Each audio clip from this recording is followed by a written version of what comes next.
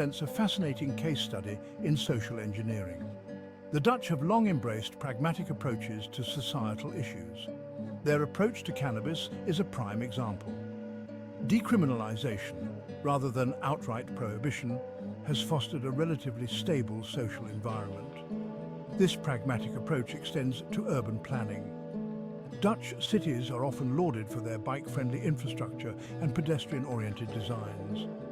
These choices reflect a deep respect for the environment and a commitment to sustainable living. Dr. Sophia van der Meer, a prominent Dutch sociologist, has spent her career analyzing social structures. Her research delves into the historical use of social control mechanisms. Dr. van der Meer's work is particularly relevant today as we grapple with the resurgence of authoritarianism and the manipulation of information. Her research has taken her from the coffee shops of Amsterdam to the ancient temples of South America. Her work is beginning to unravel the complex relationship between entheogenic plants, social control, and the evolution of human consciousness.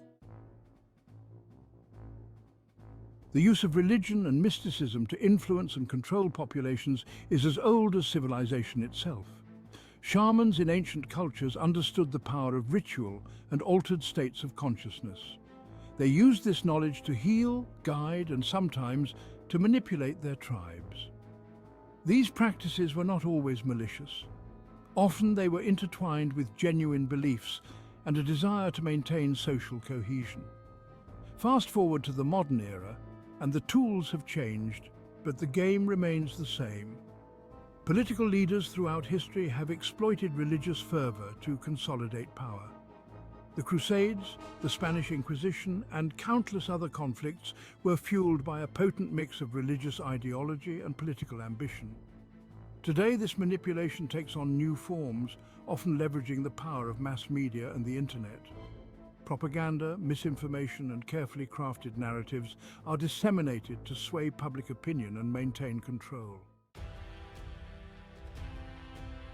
The Silk Road, a network of ancient trade routes connecting East and West, played a pivotal role in the spread of religions and ideas.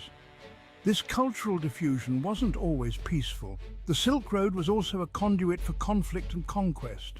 Empires rose and fell, their fortunes tied to the flow of goods and the influence they could exert along these vital trade arteries.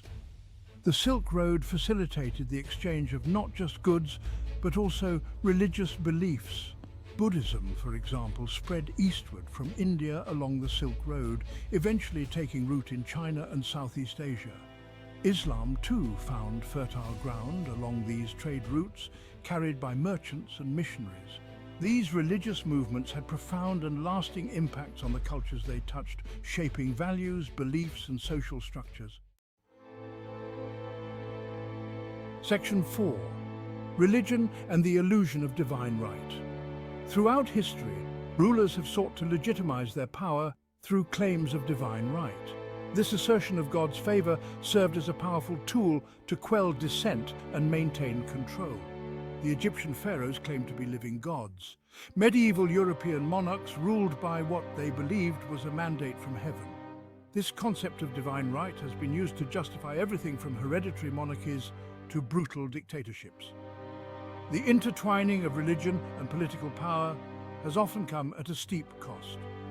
Wars have been fought, atrocities committed, and countless lives lost in the name of ideologies claiming divine authority. While the concept of divine right may seem archaic in the modern era, its legacy continues to influence political discourse and power dynamics around the world. Section 5. Obedience and the Milgram Experiment. The Milgram Experiment, a landmark study in social psychology, revealed the unsettling power of authority. Conducted in the 1960s, the experiment demonstrated that ordinary people were willing to inflict pain on others when instructed to do so by an authority figure. Participants, believing they were administering electric shocks to another person, often continued to increase the voltage even when the recipient cried out in apparent agony. The implications of the Milgram experiment are chilling, particularly when we consider the role of obedience in military and law enforcement contexts. The experiment highlights the dangers of blind obedience to authority and the potential for abuse when individuals relinquish their moral compass to those in positions of power. These findings underscore the importance of critical thinking, ethical leadership, and individual accountability in all aspects of society. Section 6. Entheogens, a path to enlightenment or control. Dr. van der Meer's research into entheogenic plants raises profound questions about the nature of consciousness and the potential for both enlightenment and exploitation. Entheogens, psychoactive substances used in religious and spiritual contexts for millennia, can induce altered states of consciousness. These experiences can be deeply meaningful, leading to spiritual insights, personal growth, and a sense of interconnectedness. However, the potent effects of entheogens also make them ripe for misuse. Throughout history, there's evidence that these substances have been used to manipulate and control individuals and societies. Whether employed for spiritual exploration or for nefarious purposes, the power of entheogens to influence human consciousness cannot be denied. As our understanding of these substances evolves, so too must our ethical frameworks for their use.